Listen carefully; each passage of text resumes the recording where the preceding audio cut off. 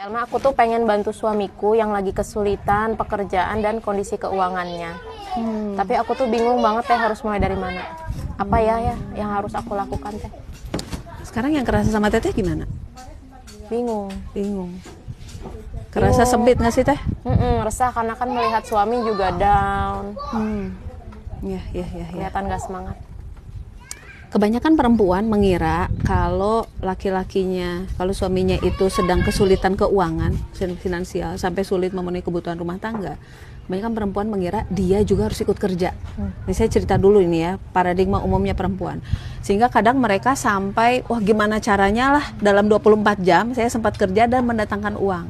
Tapi yang tidak disadari, kadang batas antara saya membantu dengan akhirnya saya mengorbankan diri dan peran-peran saya tidak berjalan dengan baik, batasnya jadi tipis, malah sering melewati batas. Nah inilah masalahnya, karena amanah perempuan terhadap suaminya dan amanah perempuan terhadap anaknya itu hukumnya wajib. Sementara kalau perempuan bekerja itu hukumnya mubah.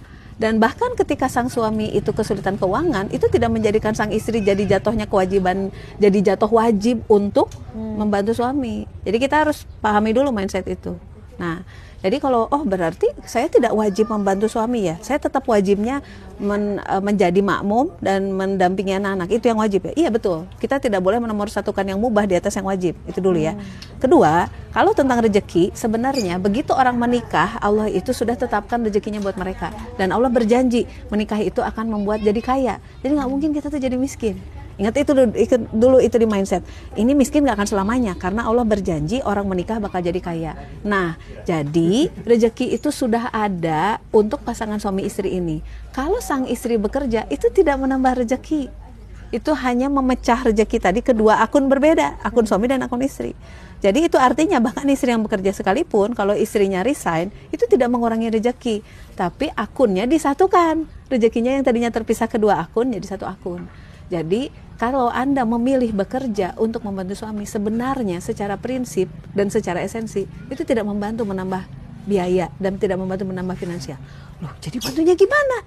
Bantunya adalah kita yang memposisikan diri kita sebagai istri yang siap untuk selalu membackup suami supaya performance kinerjanya makin bagus.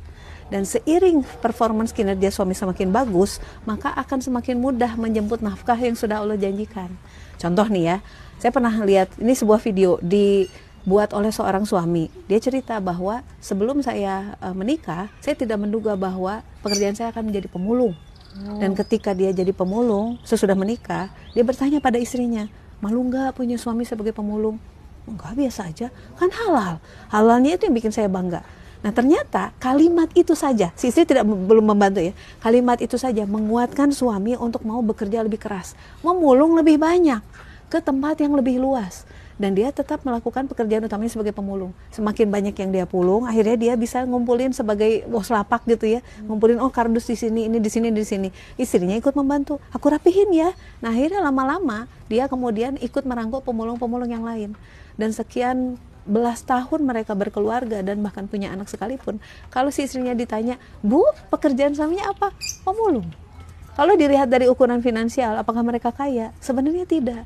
Tapi sang istri tidak menawar perannya sebagai istri dan ibu hanya demi kemapanan finansial yang diharapkan. Nah, jadi dari sini kita bisa lihat apa cara terbaik seorang istri untuk membantu suami yang sedang kesulitan finansial, backup suami, mudahkan suami untuk menjalani hari-harinya demi bisa fokus pada performance kinerjanya. Semakin baik performance kinerjanya, rezeki yang Allah sudah janjikan itu akan datang pada suami istri itu. Justru kalau istri salah mengambil asumsi dan kemudian malah ya udah saya bekerja, perannya tidak dilakukan, yang wajib dilakukan oleh sang istri malah terabaikan. Nah, yang terjadi adalah barokah hilang dari keluarga itu. Kalau barokah hilang, rezeki jadi sulit untuk datang. Begitu teh. Mudah-mudahan jadi bisa kelihatan bedanya ya. Amin, amin ya rabbal alamin.